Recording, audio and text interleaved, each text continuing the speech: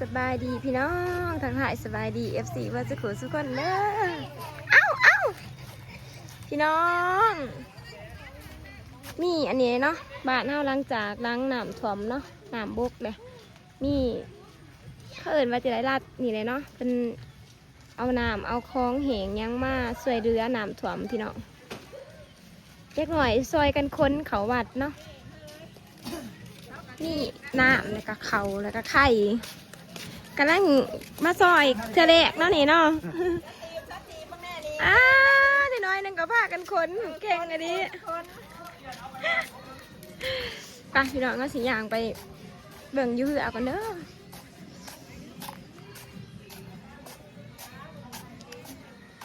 เล็กหน่อยมาซอยกันคนพี่น้องเป็นน้ำแล้วก็ไข่เขาเนาะทางหลัดเพิ่นเอามาส่งเอามาสวยเรือไข่มหูว่าสิโต๊กถือเพื่อนน่ะจักหน่วยเนาะพี่น้องแล้วก็มีเขาซานน้ำอ๋อหมอนี่กะสิแบกวะนี่เฮ้ยป้าเล็กหน่อยเก่งอันนี้พี่น้องเอาที่ละอันนะเอาที่ละอันมันนักโพดเอาที่ละอันป้ามีแต่ผู้เก่งไพ่กับว่าหน่อยนะไพ่พี่น้องเอ้ยเล็กหน่อยมันเก่งอะดิเอาแบกเอาหัวหนูอีหัวแตกอีเลยโอ้ยกามบักใหญ่ไหมเข่าซานเนาะพี่น้องเพิ่นให้เข่าแล้วก็น้ำแล้วก็ไข่เนาะเที่ยวนี้เพิ่นมาซอยเทือแรกเนาะของน้ำถ่วมตอนน้ำถ่วมเห็นมาซอยบ้านนาคามอยู่ฝั่งนั้นเด้อพี่น้องนี่FCเพิ่นถามเขามาเนาะพี่น้องว่าทางรัฐบาลเพิ่นบ่ได้มาซอยเรือบ่ล้างน้ำถ่วมนะพี่น้องกำลังมาซอยเด้อนี่กำลังเห็นเพิ่นซื้อน้ำเนาะแล้วก็เขาแล้วก็ไข่แต่ละปีเห็นเพิ่นมาซอยมีพี่น้องมีไข่น้ำเนาะแต่บ่รู้ว่าสิเขาสิแบ่งกันจังได๋คือเห็นแต่3 ศพโอ้เพิ่นเฮ็ดเป็นกิโลเอาพี่น้องมันก็มีหลายบ้านเนาะน้ำท่วมบ่ได้มีแต่บ้านเฮาเด้อบ้านแคมท่าน้ำในท่วมเบิดเลยพี่น้องเจ้าแข้งเจ้าเมืองเพิ่นก็มาซอยเรือเนาะรัฐบาลเพิ่นมอบให้เจ้าแข้งเจ้าเมืองนี่แหละนี่พี่น้องน้ำก็บวกประมาณนี้เลยเนาะเกือบสิปกติละน้ำเซโดนบ่ฮู้ว่ามันสิมาอีกหรือบ่อันนี้เฮากับบ่มั่นใจคือกันนะพี่น้องสภาพอากาศเฮากับบ่ฮู้มันเป็นธรรมชาตินี่พี่น้องแล้วแต่มันสิถ่วมเฮากับเบิ่งเอาเองเนาะกะเกียมเอาเองอยู่บ้านแคมทาน้ำกะยุ่งยากแน่พี่น้องลำบากเติบเนาะอยู่พังนะคะนั่นบ่ได้ถ่วมบ้านเพิ่นเนาะพี่น้องถ่วมแต่ทางออกเนาะบ้านเพิ่นสูงป้าพี่น้องไม่มีดินทรายมาอดดินอดได้น้ำถ่วมดังน้ำบกนี่เนาะน้ำถ่วมน้ำเดี๋ยวย่างไปเบิ่งอยู่บัดก่อนแบบมีรายปันไดเนาะเพิ่นเอามาสวยเรือ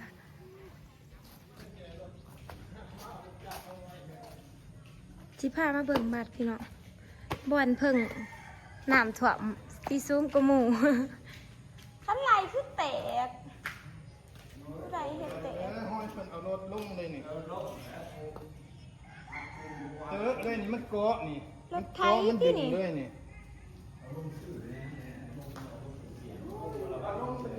นี่เลยพี่น้องของที่เพิ่นเอามาบริจาคน้ำถ่อมนี่เขาจักสอบเขา3 ศอกไข่3 เต๋พี่น้องแล้วก็มีน้ำเนาะเพิ่นเอาไว้ในบัตรเนาะบัตรเดียวเพิ่นกระจังสิแจกให้ชาวบ้านพี่น้องอยู่ทางเมืองเพิ่นส่งมาเนาะเจ้าแข้งเจ้าเมืองนั่นแหละเอาไว้ในบัตรก่อนเพิ่นบ่ทันแจกให้ชาวบ้านเนาะพี่น้องไปเดี๋ยวเฮามาถ่ายพี่น้องเบิ่งน้อยหนึ่งเนาะมามีทางภาครัฐเพิ่นมาช่วยเรือเด้อพี่น้องอาจสิบ่หลายเนาะ น่าจะมีร้ายอันนั้นพี่น้องร้ายเถื่ออยู่หรอกเนาะขอยกับโบหูคือกันแต่ละปีหัน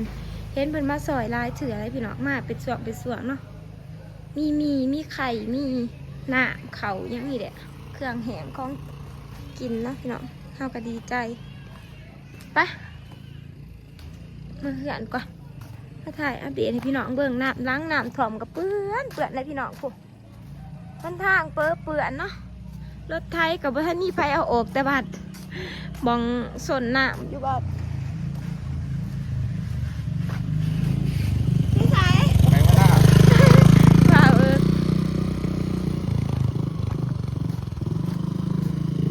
ปานนั่งแห่งกับถ่วมพี่น้องถ่วมคือกันเนาะไปหายาเพื่อนก่อนหลังเพื่อนพี่น้องเอ้ย3-4เดียวเนาะเมื่อยแล้วพี่น้องล้างน้ำบกกับเมื่อยหลังเงื่อนดังสาดขี่โคตรมันอ่นเพื่อนอ่นสาดแต่ห้างโบราณกับเปื่อนเปื้อเนาะเขาว่าพายุยังสิมาอีกอยู่ก็ยังโมเนนอนเนาะพี่น้องตัดผ่ามาตอนนี้เนาะตื่นเสาร์มาอันเด็กเปิดกระหายเสาหวานมาเอาของที่เป็นแจกโอ้อะไรยังแน่เนี่ย ไข่แน่มีแน่น้ำแน่ มีไข่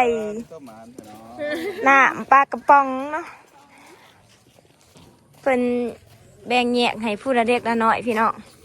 ของแจกเพิ่นกับบลายเนาะหมู่บ้านพี่น้องเลยน้ำถ่วมแซวไซน้ำเส้นสิถ่วมเบิดเนาะใช้คือมายืนเฉลยอยู่คือว่าไปเอาน้ำดังดอกบัว น้ำดัง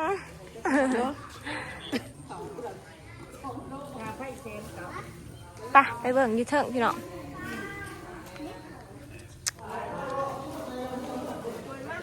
อ้าว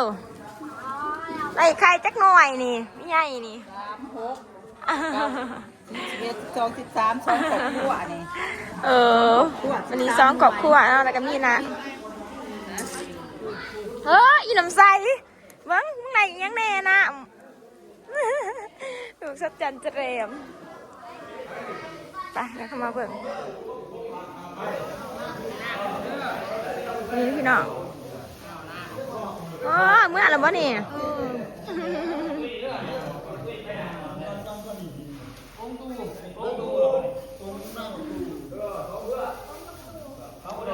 2เดือนกับแบ่งผู้ได้2เดือนได้ร้ายก่อนหมูอีเมก็มาเขาปกติเป็นกิโลเนาะพี่น้องแต่บอกว่าเป็นไหนจังไดเป็นเขานั่นเด้อเขาเจ้าบ้านเขาเอิญเขาเจ้าเนาะข้างฝั่งนั้นน่าจะเอิญเขาสวยพี่น้องเอามาหุงเนาะ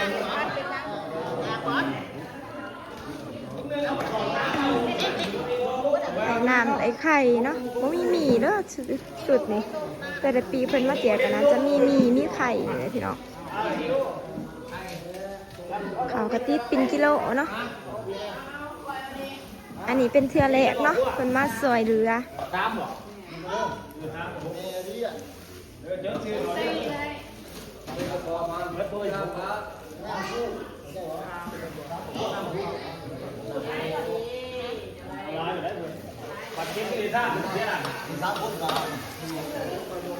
ปลากระป๋อง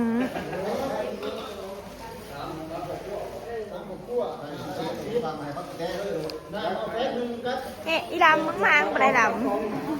มาอะไรตีมือมาดังบอกมาค้นเครื่องนำถ่วมเหรอ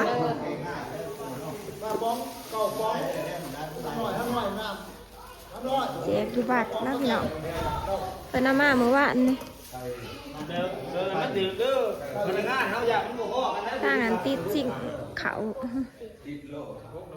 ติดเอาเนาะสิได้ผู้ใดจะสวย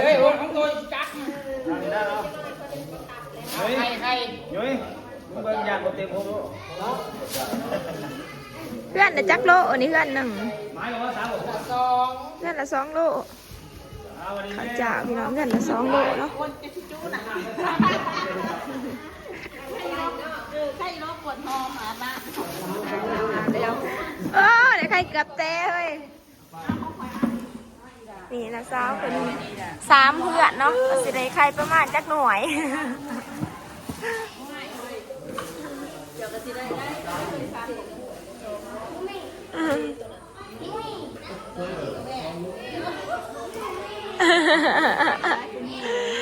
แนะนำแพ็คหนึ่งเนาะ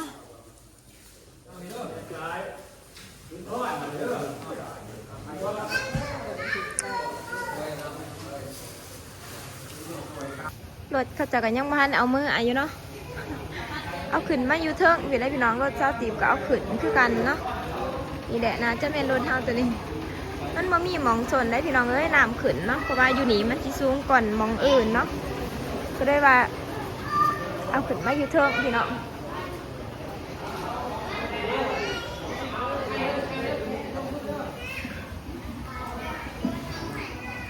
ขาเนาะอีเมงยังมันไหนอยู่นั่งรอคิวขาให้เขาสปาหน่อยทางผู้ใหญ่เพิ่นเอาอีปอกันด้วยว่าเพราะว่าเพิ่นมาจัดแจงให้พี่น้องแบ่งแยกให้เนาะ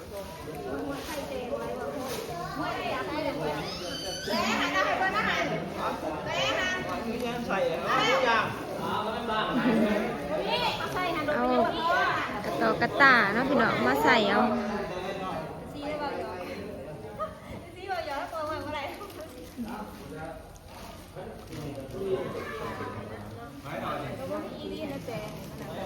อ้าว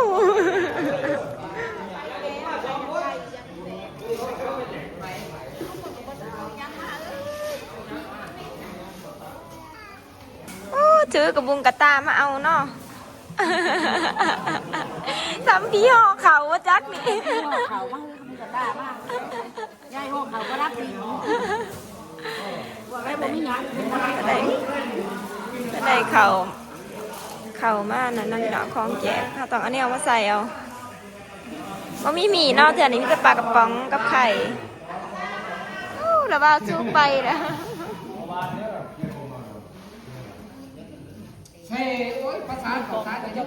อันนั้นพี่น้องเขาก็ตีเป็นกิโลเนาะเพื่อนละ2 กิโลเอาวะ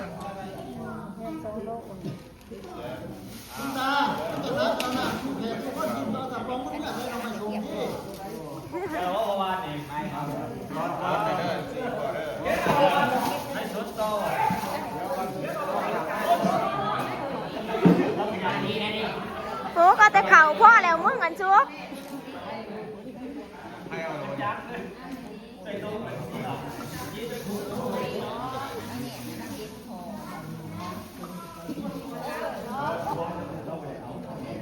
กับเอาน้ำเอาไหนนะพี่น้องกับไข่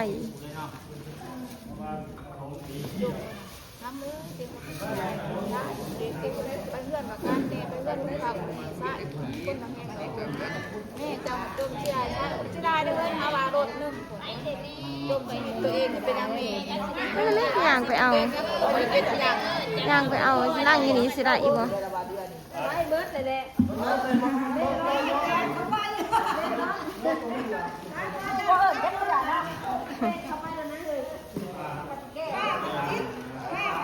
ก็เลยซุปสิเอายังปลาปองเอามันกับบุกินว้ายกินแล้วเนาะร้านสวยเนาะของแบบว่าสุกแล้วบ้างน้ำเต็งไข่แตกเด้อสิได้ปนสิกันเลยแล้วมึงสิได้ขัวทั้งไข่ขัวทั้งอันนั้นใส่กันเลยเนาะ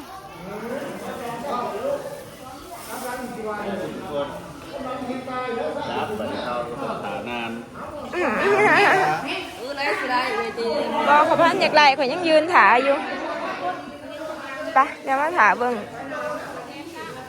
ไล่เมื่อไรบ่ได้ของไปแจกนี่เพราะได้เมื่อกินเด้อไล่ไข่ไล่เข่าเนาะ